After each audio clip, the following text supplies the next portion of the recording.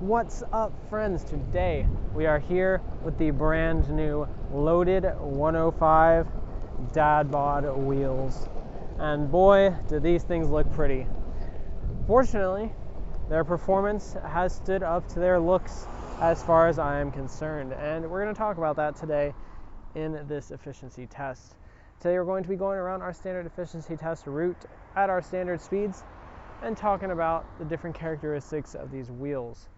Now, the Orangatang 105's come in at 105 millimeters, as you might expect, and they are urethane and plastic construction. I would assume that the core is probably glass fiber nylon or something like their normal Orangatang core. I know for a fact that Orangatang has been working on these wheels for quite a while. We saw some press photos of them probably over 2 years ago, and we've been waiting for them ever since, and they're finally here. So I'm gonna go around and start talking about stuff. Now, I've only put one ride on these so far, well, two technically, totaling about 20 miles, and I've kind of gotten a feel for them, and to be honest, short and simple, they're amazing. Now, I will say I still have not ridden the TorqueBoard 110 millimeter wheels for quite a while. So my latest true urethane experience was with the Mad Skate 105's, which were previously my favorite urethane wheel. And I have a feeling these will take over that in certain circumstances. Now, the rubber on these wheels, the urethane on these Orangatang 105's comes in at 80A shore hardness, and obviously for the full review we're going to measure that with my tester and compare it to the other wheels, but you might know that that is pretty hard for an e-skate wheel. But all shore durometers are not created equal, and I will say that the formula that Orangatang have gone with here is unsurprisingly much better than something else that you would find in a classic 80A wheel. When I say that, I mean like generic cheap wheels that come in at very high hardness, and you can definitely feel it. But with these ones, it's a different story. 80A on these Orangatang wheels feels amazing. I think it has to do with the amount of rebound that they designed into the mixture, and for me, it's been great. So I'm going to cut right here, and then we'll start talking about the impact absorption. So right now, we are on the bumpy portion of this route on some pretty rough sidewalk, and taking it at the speed I always do, which is about 15 miles an hour in this first part of the route.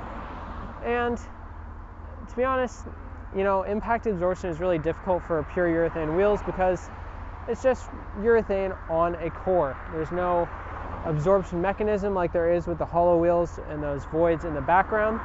There's no hollow void like there is with the hollow wheels. Wait, did I say that twice?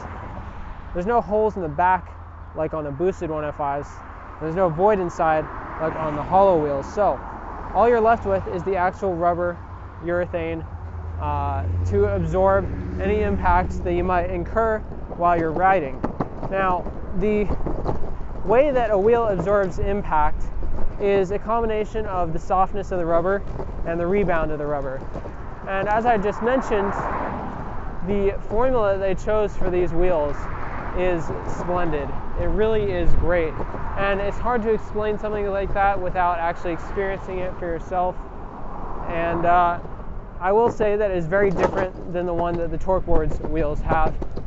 One of the sentiments for the TorqueBoard wheels is that they are often perceived as bouncy. So when you hit bumps, they bounce back a lot, and some people feel like that makes the ride a little bit less stable. You do not get that here with the Orangatang wheels because, well, presumably the rebound is different, and we have a much smaller amount of urethane on the wheel.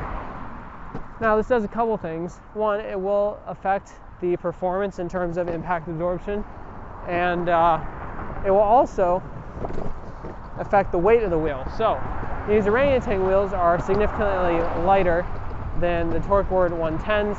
I'm not going to try to say numbers off the top of my head, so I'm just going to put them on screen here. And so with that lighter weight, you have a little bit of a different response to impacts incurred. So overall, I would say these are almost the best in terms of urethane wheels, pure urethane. If we talk about the boosted 105's, they are a little bit superior in impact absorption, but these are great for a standard urethane wheel. While we're on this bumpy part of the road, let's talk a little bit about vibration absorption. Again, this is something that Orangatang have nailed right on the head. With this particular formula of urethane, the vibrations are just absorbed. They feel so muted and just much better than other wheels that I've ridden in the past. There's no bounciness to it, there's no weird vibrations, it's just smooth. Obviously, you're still gonna feel some vibrations through these wheels, but they are a significant upgrade over other cheaper wheels. And as we get further into these wheel testing adventures, it's going to become a little bit hard to determine the comparisons between these wheels. So always remember, everything I say here is subjective, and your experience may vary a little bit from mine. But in my experience so far, vibration absorption on these wheels has been great, and I've really enjoyed them. We have now transitioned onto the faster part of the route, going between 20 and 25 miles an hour, and this is where I normally talk about the grip.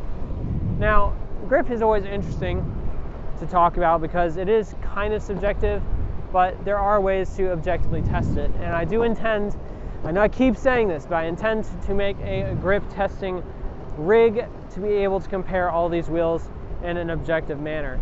Now, subjectively, the grip on these is pretty good. You're still dealing with urethane here, so it's not going to be quite as incredible as the grip you get on rubber, or as incredible as the grip that you get with the boosted 105's. With the boosted 105's in particular, they have this way that they deform when you carve, and they just grip and stick to the road like no other urethane I've ever tested. But because of the large contact patch and the excellent urethane formula, the grip on these Orangatang wheels is pretty good. And it's kind of hard to tell you exactly what it's like, but they're very predictable, and I don't find myself lacking. I am confident, though, that if you were to hit water or too much dust, that you will probably have the same problems that most urethane does, in that you're going to be lacking in grip. But in the riding scenarios I've been in so far, they've been great, and I don't think that you will find them lacking. I imagine, though, since they are ADA, that people who are into sliding will probably be able to do that with these wheels. I do not know how to do that. It seems scary. I might learn one day, but I don't know how currently. But it's my best guess that there's some people out there that could probably slide these. They're nice and smooth, very predictable grip. As we ride along here, I just want to mention that the aesthetics of these wheels are incredible. I've always been partial to the look of the boosted board from back in the day, and the Orangatang wheels were a huge part of what makes that look so great. And this is no exception. The design of these wheels is excellent.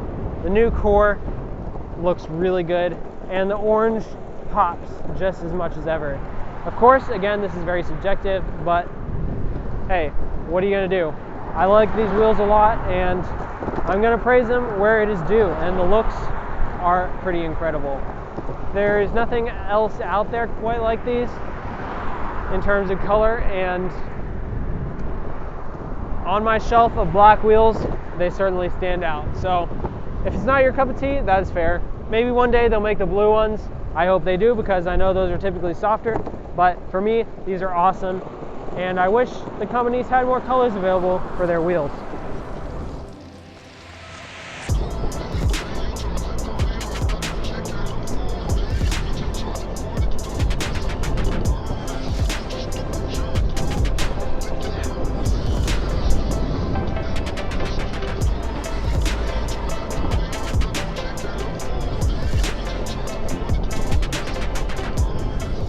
We're here now on what I have started calling rolling resistance hill, and I'm here to tell you that these wheels have some of the best free roll of any wheel that I've tested. Pretty much every hill that I go down, I have to be constantly on the brakes because they just want to keep going. I'm not sure if that's just because they're urethane and I'm not very used to urethane, or if it's because the wheels are lighter. I'm not exactly sure, but I do know that on my ride home from work the other day, which is a lot of downhill, I barely even use the throttle. So if you're looking for something that rolls a long distance and has low rolling resistance, these are definitely for you. We're about to encounter the vibration bridge in a second here. See how well these wheels do.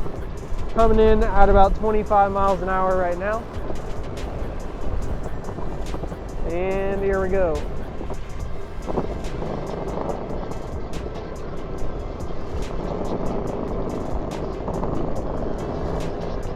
They're doing an all right job, about as much as I would expect for urethane. Nothing spectacular though.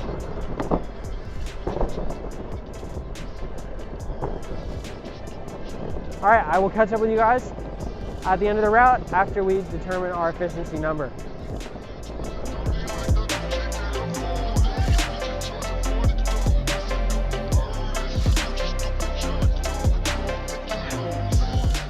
All right, well, we're here at the end of the efficiency test, and I already checked the number due to extenuating circumstances, aka that. And the number was 17.1 watt hours per mile, which is pretty good. Obviously, since I didn't quite finish the test, I may have to redo this for validity, but that 17 number was pretty close to what I got on my way home the other day under much more intense riding conditions. So yeah, we'll see. I'm going to monitor how it does over the course of the 100 miles. And to be honest, I'm expecting somewhere around that number. I'd expect them to be more efficient than the TorqueBoards wheels because they're lighter. But I also would expect them to be the most efficient wheel because they're both urethane and light. So yeah, we'll see how it goes. But anyway, hopefully you enjoyed this informational video. Stay safe, keep on riding, and peace out.